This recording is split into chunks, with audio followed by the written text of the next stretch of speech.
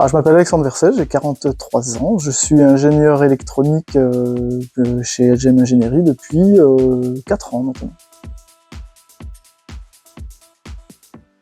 Alors mon parcours académique est un petit peu sinueux. J'ai commencé en fait par un BEP, un bac pro, un BEP en électronique, un bac pro en électronique spécialisé en audio-vidéo, et par la suite j'ai intégré donc un BTS en électronique. Et beaucoup plus tard, j'ai fait une validation d'acquis d'expérience pour être cadre. Alors je suis arrivé dans le groupe LGM en 2020, donc il y a 4 ans en fait, pendant le Covid, pendant le deuxième confinement. Je suis rentré en tant que prestataire pour une surcharge d'activité et j'ai été embauché par la suite.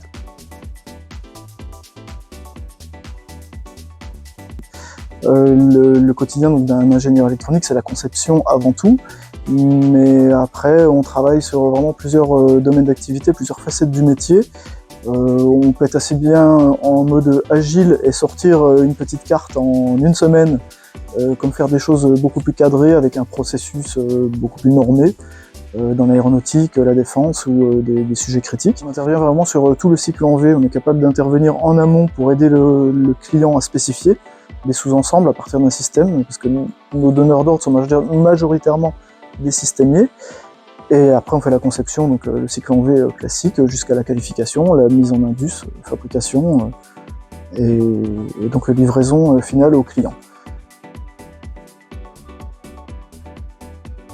Alors ce qui est passionnant dans le métier, c'est qu'on touche un petit peu à tout, on n'est pas cloisonné, c'est sûr, on a notre métier de base, mais après on peut aller aider à faire du logiciel, aider à faire de la méca, aider les câbleurs, discuter avec les différents métiers pour pouvoir concevoir quelque chose qui à la fin ça match et pas s'apercevoir à la dernière minute que si on est fait autrement, ça aurait pu être mieux.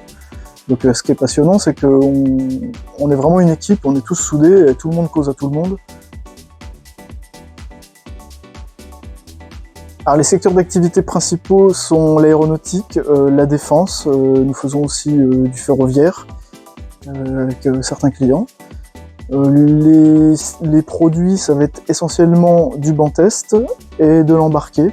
Donc le banc test, c'est toujours un challenge parce qu'il faut comprendre le produit avant de concevoir le banc.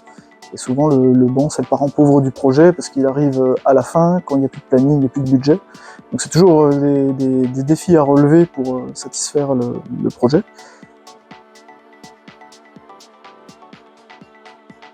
Alors l'évolution, je pense qu'elle est naturelle je me vois plus évoluer vers la coordination technique, aider les gens, former les gens, partager le savoir, continuer d'intervenir auprès des équipes pour essayer de solutionner les problèmes ou les points durs quand il y en a. Alors un conseil à donner, il faut être prêt. Il faut être prêt, moi j'étais pas prêt, c'était difficile. Il faut être prêt parce que le travail est endurant, passionnant, intense, et les moments de détente également. Donc voilà, faut être prêt, les soirées, les barbecues, les dépassements dans tous les sens qui permettent de décompresser après une journée tous ensemble.